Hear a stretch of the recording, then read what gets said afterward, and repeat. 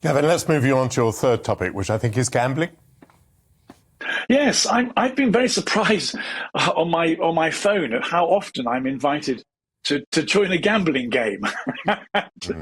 I'm somebody who so mistrusts my mathematical literacy that I'm unwilling even to do the national lottery. I think gambling I think it's enormously serious and very dangerous. And the trouble is, it appeals particularly to the one group who ought to be defended against it, and that is the people who are mathematically challenged and poor.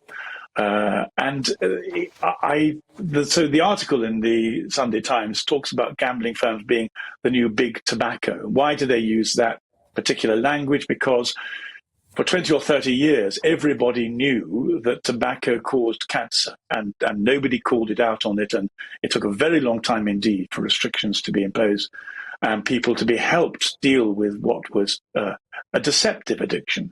And gambling is the same. It's a deceptive addiction.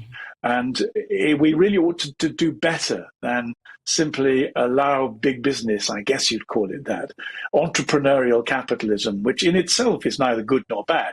It's just a thing. But it becomes bad when we don't monitor it, when we don't call it to account. And the problem here is that the kids in particular, young children, are being lured into gambling on the grounds that it's exciting, it might solve their problems.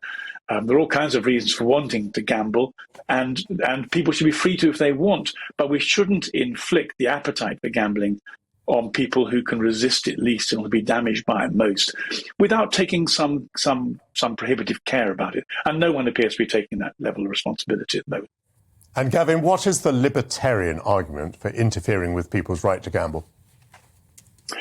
Well, I don't think there is one. I think there has to be a right to gamble, because if you're a libertarian, then you believe in freedom of choice and you hope people will learn lessons.